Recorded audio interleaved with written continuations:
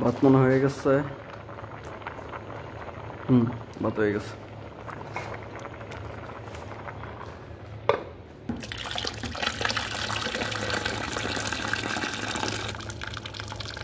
পরশুদিন এমনি ভাত রাঁধতে গিয়া ভাত সব ফালাই দিছিলাম, পরে আবার রাঁধতে হয়েছে।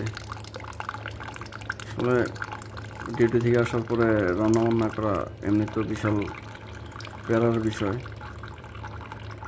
তারপরে যদি আবার ভাত পইরা যায় তাহলে তো কাম সারছে।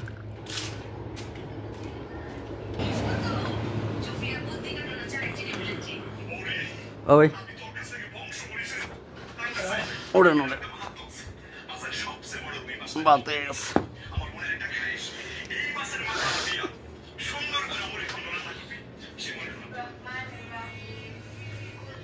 সেটা ছেড়ে দিই, ভাত ঠান্ডা ভাতগুলো হোক নিচে দিয়েছি হাওয়া।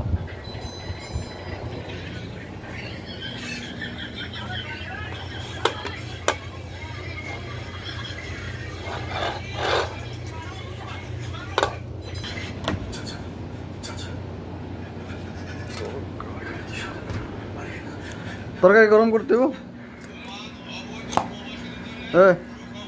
তরকারি গরম করতে হবো না এমনি খেয়াল আইবেন? আরে আমারও কাজ লাগতেছে গরম করা।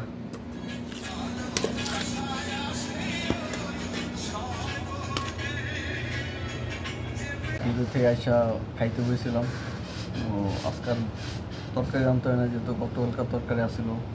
আজকে আমি খালি ভাত রান্না করছি, আর এখানে গতকালকার তরকারি আসছিল যেহেতু ওইটা দিয়েই এখন চলতেছে। তো বিসমিল্লাহ।